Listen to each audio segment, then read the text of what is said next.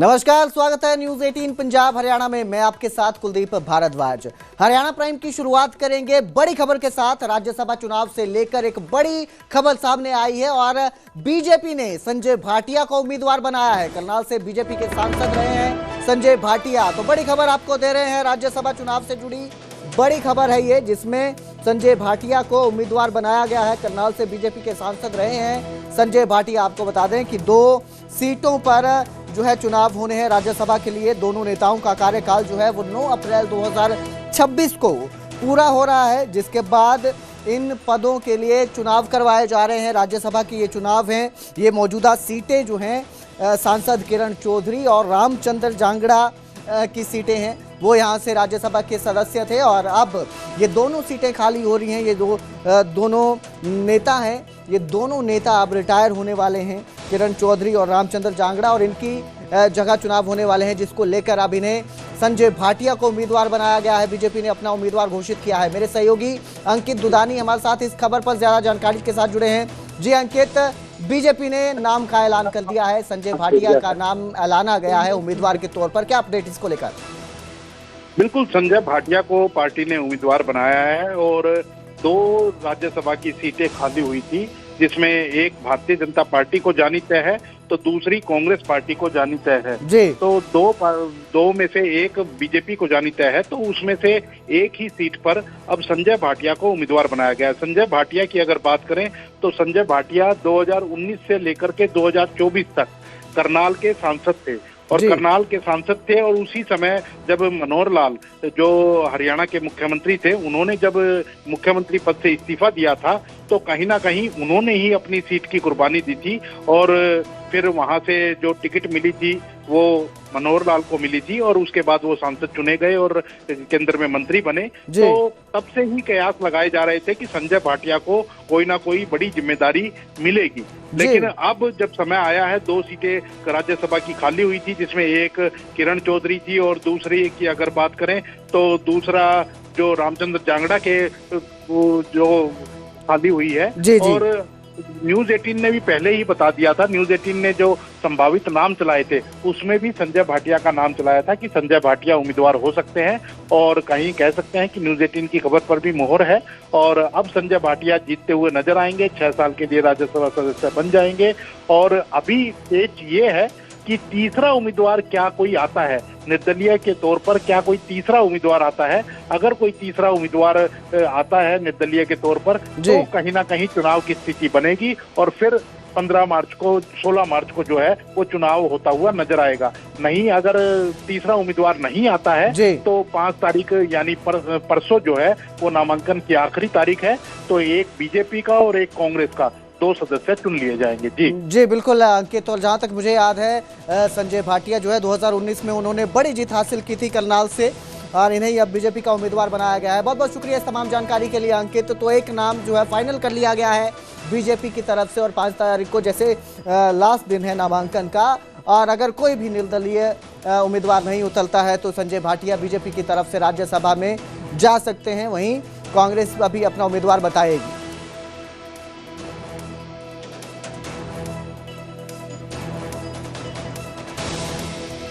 तो आपको बता दें कि संजय भाटिया जो हैं अब राज्यसभा जाएंगे और उम्मीदवार बनाया गया है इनके लिए। आपको एक राज्यसभा का क्या गणित रहता है वो भी समझाने की कोशिश करते हैं। टोटल जो एमएलए हैं वो 90 रहते हैं। आपको बता दें जीतने के लिए 31 वोट ज़रूरी हैं और कांग्रेस के पास जो है 37 वोट हैं, बीजेपी के पास 48 वोट हैं। ये एक गणित है, आप इस तरह से समझ सकते हैं कि जो उम्मीदवार है उसे हम डायरेक्ट नहीं चुनते हैं। राज्यसभा का जो उम्मीदवार रहता है, राज्यसभा का उम्मीदवार हमारे द्वारा चुने गए जो विधायक होते हैं वो चुनते हैं। तो अगर हम समीकरण देखते हैं तो टोटल हमारे पास 90 विधायक रहते हैं और 90 विधायकों में से जीतने के लिए 31 जो विधायक होते हैं, 31 जो विधायक होते हैं उनका मत होना ज़रूरी है। वहीं आपको बता दें कि जो बाकी हैं इस वक्त जो कांग्रेस के पास है वो 37 विधायक हैं, और जबकि आपको बता दें इस समय हरियाणा के वरिष्ठ बीजेपी नेता हैं जो संजय भाटिया हैं जो अब जाएंगे राज्यसभा, जिनको ऐलान किया गया है उम्मीदवार के तौर पर बीजेपी की तरफ से। तो वरिष्ठ नेता हैं, 2019 पर इन्होंने बड़ी जीत हासिल की थी। करनाल से लोकसभा के सदस्य बने थे, एमपी बने थे, करनाल के एमपी रहे हैं, सांसद रहे हैं। 2019 में ये जीत हासिल की थी इन्होंने, और प्रचंड जीत इसको कहा जा रहा है। और इन्होंने ही अपना जो है वो पद छोड़ा था और मनोहर लाल खट्टर इनकी जगह फिर जो है चुनाव लड़े थे, सांसद बने हैं। वहीं हरियाणा खादी बोर्ड के पूर्व चेयरमैन भी हैं, रहे हैं, पूर्व चेयरमैन रहे हैं संजय भाटिया जो हैं, जो राज्यसभा जाने के लिए जिनके नाम पर मुहर लगाई गई है।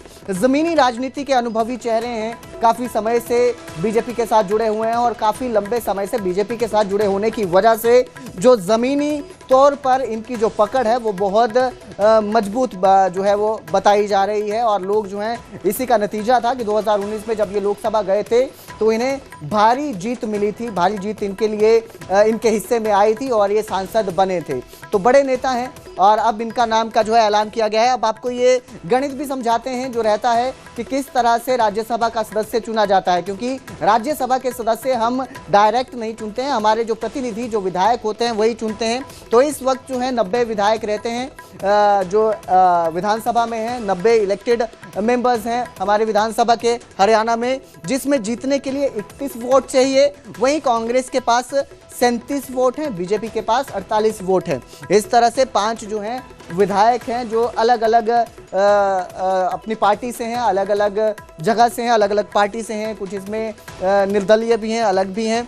तो ये जो सारे लोग होते हैं यही मिलकर वोट डालते हैं। अब जो नाम का ऐलान किया जाता है उन पर मतदान होता है और सीधा है, मतलब इसमें साफ रहता है कि आपके जो विधायक हैं, जो भी उम्मीदवार रहता है उसको वोट करते हैं। और ये जो इस बार की सीट है, सीधा हिसाब लगाया गया, जो गणित रहता है, एक सीट दोनों के हिस्से में रहने वाली है, बीजेपी और एक सीट कांग्रेस के, क्योंकि यही समीकरण रहता है। लेकिन हालांकि समीकरण किस तरह बदलता है ये वक्त ही बताएगा।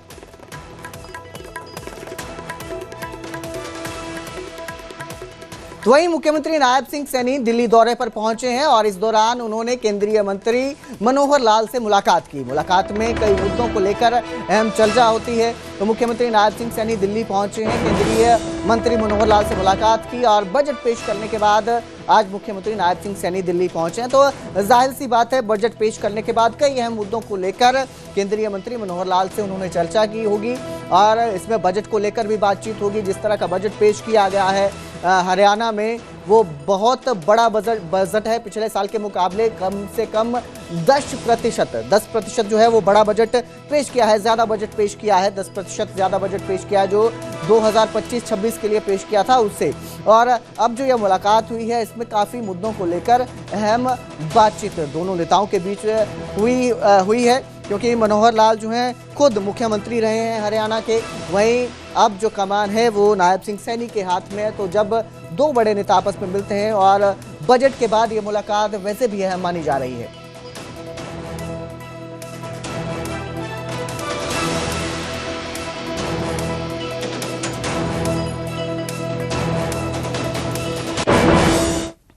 वहीं 7 मार्च को दिल्ली में हरियाणा बीजेपी की बड़ी बैठक है। प्रदेश अध्यक्ष और प्रदेश प्रभारी इस बैठक में शामिल होंगे।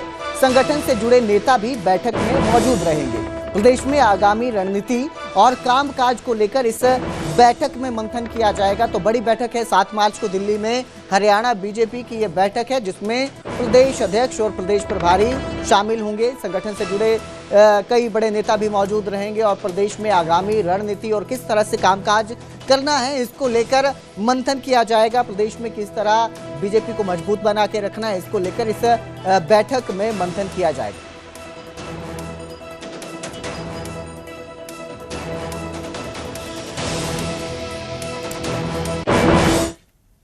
हरियाणा में बजट को लेकर सियासत तेज है। कांग्रेस ने बजट पर सवाल उठाए हैं। बजट को लेकर विपक्ष को सीएम नायब सैनी ने भी जवाब दिया है और कहा कि कांग्रेस को अब हताशा और निराशा दिखाई दे रही है। कांग्रेस नेताओं को भविष्य में अंधकार दिख रहा है। बजट विकसित भारत के संकल्प को पूरा करने वाला है। आपको बता दें कि विपक्ष ने कहा था कि ये जो बजट पेश किया गया है मुख्यमंत्री नायब सिंह सैनी की तरफ से, ये सिर्फ भाषणबाजी है। इसी पर अब मुख्यमंत्री नायब सिंह सैनी ने ये बयान दिया है। अब उन्होंने पलटवार किया है और सीधा सीधा कहा है कि कांग्रेस नेताओं को भविष्य में अंधकार ही दिख रहा है।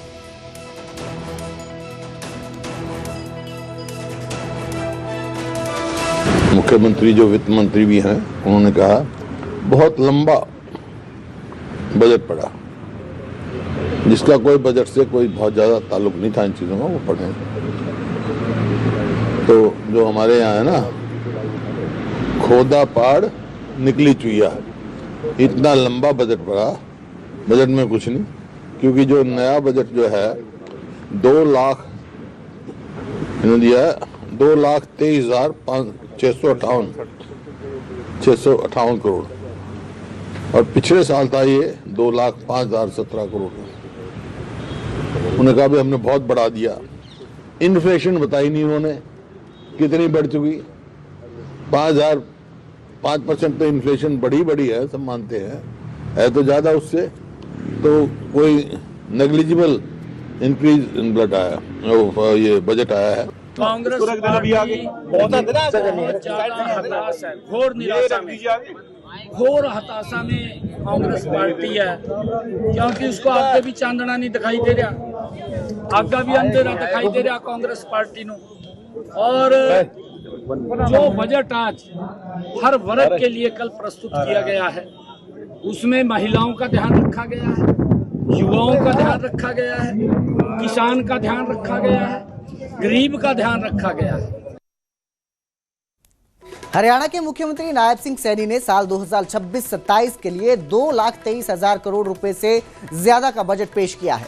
ये बजट जहां हरियाणा के इतिहास का सबसे बड़ा बजट है, तो वहीं इस बजट को मुख्यमंत्री नायब सिंह सैनी ने ऐतिहासिक बताया। तो चलिए आपको इस रिपोर्ट में बताते हैं कि बजट में हरियाणा को क्या मिला है।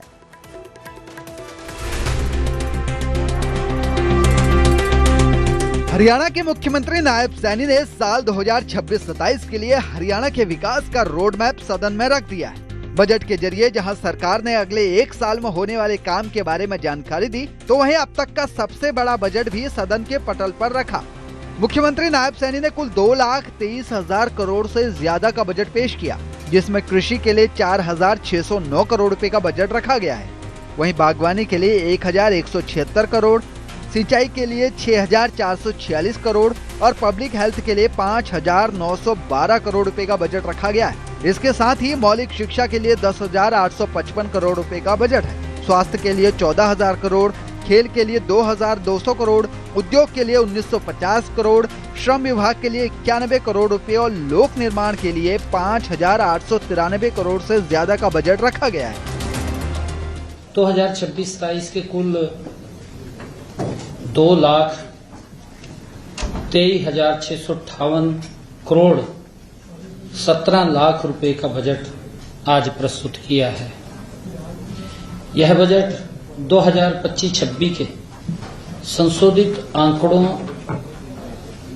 2,02,816 करोड़ 66 लाख रुपए से 10.28% अधिक है। सरकार ने इस बजट में हर वर्ग पर फोकस करने का पूरा प्रयास किया है। वहीं सबसे बड़ी सौगात प्रदेश की महिलाओं को दी है। महिलाओं के लिए सरकार ने जहां लाडो लक्ष्मी योजना का दायरा बढ़ाने का ऐलान किया है, तो वहीं राशन वितरण की नई दुकानों में 33% तक आरक्षण देने की बात कही है। साथ ही 7 जगहों पर 7 नए महिला थाने भी खोले जाएंगे। एटीएस थानों में महिला कमांडो को जगह मिलेगी। महिलाओं के लिए पिंक कैप योजना शुरू होगी। महिलाओं को वाहन चलाने की ट्रेनिंग भी दी जाएगी। साथ ही महिलाएं अगर वाहनों की खरीद करती हैं, तो उन्हें 10 लाख तक का ब्याज मुक्त ऋण भी दिया जाएगा। महिलाओं के अलावा सरकार ने युवा, बुजुर्ग, किसान, जवान और पहलवानों पर भी बजट में विशेष फोकस किया है। युवा खेलों में अपना भविष्य बढ़ाएं, इसके लिए सभी जिलों में एक सिंथेटिक एथलेटिक ट्रैक बनाने का ऐलान हुआ। सभी जिलों में एक खेलो इंडिया लघु केंद्र बनाया जाएगा। 12 जिलों में 21 नए खेल स्टेडियम बनेंगे। मिशन ओलंपिक 2036 योजना के तहत प्रतिभा खोज अभियान भी शुरू होगा। इसके साथ ही हरियाणा के जो युवा अग्निवीर से रिटायर होकर वापस लौटेंगे, उनके लिए भी कई बड़े ऐलान हुए हैं। जैसे हरियाणा में राज्य आपदा मोचन बल का गठन होगा और इस आपदा मोचन बल में अग्निवीरों को प्राथमिकता मिलेगी। हरियाणा पुलिस में भर्ती के लिए अग्निवीरों को 20% आरक्षण दिया जाएगा। साथ ही 1300 अग्निवीरों की हरियाणा पुलिस में विशेष भर्ती होगी। मुख्यमंत्री नायब सैनी ने बजट पेश करते हुए दावा किया कि ये बजट 2047 तक हरियाणा को विकसित बनाने वाला बजट होगा। माननीय अध्यक्ष जी, मैंने तय किया है कि हरियाणा विजन डॉक्यूमेंट 2047 के सतत विकास के लक्ष्यों को देखते हुए इस महान सदन में रखे जाने वाले हमारे सभी आगामी बजट एक तो जेंडर बेस्ड और दूसरे वृद्धजन आधारित भी होंगे। इसका अर्थ है कि अगले बजट से सभी विभाग अपने आवंटन का एक निश्चित भाग महिलाओं के लिए और एक निश्चित भाग वृद्धजनों के लिए आरक्षित करेंगे। कृषि प्रधान प्रदेश हरियाणा के किसानों के लिए भी बजट में कई बड़ी घोषणाएं की गई हैं। देसी कपास की खेती करने वाले किसानों के लिए प्रोत्साहन राशि बढ़ाने का ऐलान हुआ है। हिसार में हरियाणा पशु चिकित्सा महामारी विज्ञान केंद्र बनेगा। धान छोड़ दूसरी फसल उगाने पर 2000 अतिरिक्त बोनस मिलेगा। 1.40 लाख एकड़ लवणी भूमि को खेती योग्य बनाया जाएगा। मधुमक्खी पालन को बागवानी बीमा योजना में शामिल किया जाएगा। साथ ही बागवानी बीमा योजना में फल, सब्जियों, मसालों पर मिलने वाला मुआवजा भी बढ़ाया जाएगा। वहीं 100 पशुओं की क्षमता वाले आधुनिक डेयरी फार्म स्थापित करने का भी ऐलान किया गया है। इसके अलावा AI कॉलेज खोलने, नई स्टेडियम बनाने, विद्यार्थियों को अंतर्राष्ट्रीय टूर करवाने समेत कई बड़ी घोषणाएं भी इस बार के बजट में की गई हैं। मर्डर केस में करनाल STF का एक्शन नजर आया। मुख्य शूटर को प्रोडक्शन वारंट पर करनाल लाया गया है। STF ने आरोपी को करनाल लाया है प्रोडक्शन वारंट पर और STF की टीम मेडिकल के लिए अब आरोपी को अस्पताल ले गई है। मामले में अब तक 21 आरोपियों की गिरफ्तारी हो चुकी है। तो ट्रिपल मर्डर जो वारदात थी यमुनानगर में, उसमें ये एक्शन देखने को मिला है और प्रोडक्शन वारंट पर STF आरोपी को लेकर आई है, उसका मेडिकल करवाया जा रहा है। अभी तक 21 जो गिरफ्तारियां हैं इस पूरे मामले में हो चुकी हैं। जानकारी के मुताबिक अब जो है अब एक और आरोपी को लाया गया है, प्रोडक्शन वारंट पर इसे लाया गया है और मेडिकल के बाद इससे भी पूछताछ की जाएगी मर्डर को लेकर। तो ट्रिपल मर्डर का ये मामला है यमुनानगर का। यमुनानगर में जो ट्रिपल मर्डर हुआ था, खेड़ी लखा सिंह गांव में जो मर्डर हुआ था, उसको लेकर एक्शन मोड पुलिस का लगातार नजर आ रहा है। SDM की टीम जो है काम पर लगी हुई है, कार्रवाई कर रही है और प्रोडक्शन वारंट पर आरोपी को लाया गया है। दिन दिहाड़े जिम के बाहर ताबड़तोड़ फायरिंग मामले में मुख्य शूटर को प्रोडक्शन वारंट पर लेकर आई है पुलिस। इस दौरान उससे पूछताछ भी करेगी। जानकारी के मुताबिक जो मुख्य शूटर है वो जुर्सी गांव का रहने वाला है। मेरे सहयोगी हिमांशु नारंग इस खबर पर ज्यादा जानकारी के साथ हमारे साथ जुड़े हैं। जी हिमांशु, एक मामला सामने आता है और अब एक आरोपी को प्रोडक्शन वारंट पर लाया गया है, क्या अपडेट इसको लेकर? बिल्कुल, ये मामला पुराना है, यमुनानगर से जुड़ा हुआ है और इस मामले में पूरी चौकी को सस्पेंड कर दिया गया था। इस मामले में अभी तक 21 लोगों की गिरफ्तारी हो चुकी है और इसमें अब STF ने एक आरोपी को गिरफ्तार किया है जो कि मुख्य शूटर था वहां पर और उसका नाम राहुल है, जो जुर्सी गांव का रहने वाला है। अब इसका रिमांड हासिल किया गया है और इससे गहनता से पूछताछ की जाएगी। इसके बाकी साथियों का पता लगाने का प्रयास किया जाएगा। हालांकि STF ने इस मामले में ज्यादा जानकारी नहीं दी है क्योंकि ये कड़ियां जोड़नी होती हैं और अगर मीडिया में वो ज्यादा बोलेंगे तो फिर कहीं आरोपी मौके से फरार ना हो जाए। तो लगातार इस मामले में कार्रवाई की जा रही है। अब तक 21 आरोपियों को गिरफ्तार किया जा चुका है। जिस आरोपी को प्रोडक्शन वारंट पर लिया है इसका रिमांड हासिल किया है पुलिस ने और इससे इसी मामले से जुड़ी हुई जो ट्रिपल मर्डर केस था उससे जुड़ी हुई जो पूछताछ है वो गहनता से की जाएगी ताकि इसके और जो बाकी साथी थे शूटर उनके बारे में भी पता लगाया जा सके। हिमांशु, जो 21 लोगों को पहले गिरफ्तार किया जा चुका है उनसे क्या पूछताछ में सामने आया है अभी तक? देखिए, मामला यमुनानगर से जुड़ा हुआ है और इसमें STF भी जांच पड़ताल कर रही है। यमुनानगर की जो पुलिस है, CIA की टीमें हैं, वो भी जांच पड़ताल कर रही हैं।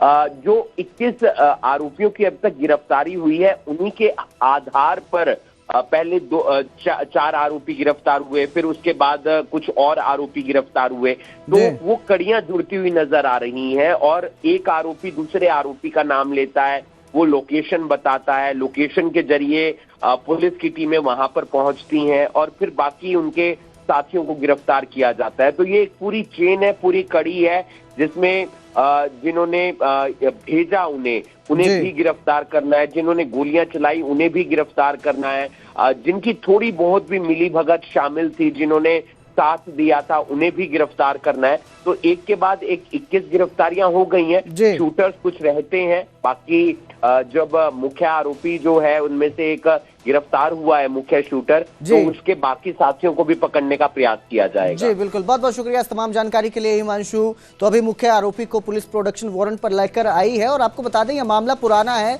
26 दिसंबर 2024 का ये पूरा मामला है, जब ताबड़तोड़ गोलियां चलाते हैं 4 से 5 नकाबपोश बदमाश और करीब 100 राउंड फायर करते हैं। और ये भी जानकारी है जो अभी प्रोडक्शन वारंट पर आरोपी लाया गया है वो मुख्य शूटर है, उसने करीब अकेले ने 30 से ज्यादा गोलियां चलाई थी, ये आरोप है उस पर। और अब पुलिस इसको लेकर आई है, अब देखना है मामले में क्या नया मोड़ आता है और पूछताछ में क्या नया एंगल सामने आता है इसके, और साथ ही कौन कौन है इनके लेकर क्या जानकारी सामने आती है। तो फिलहाल जो है प्रोडक्शन वारंट पर लाया गया है।